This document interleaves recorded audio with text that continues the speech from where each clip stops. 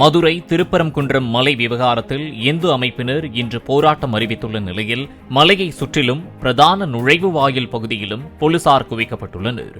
இன்று திருப்பரங்குன்றம் மலையில் பக்தர்களுக்கு மட்டும் அனுமதி வழங்கப்படும் என்றும் போலீசார் தெரிவித்துள்ளனர். போராட்டக்காரர்கள் மலையில் ஏறாத முறையில் தடுப்புகள் அமைக்கப்பட்டுள்ளன.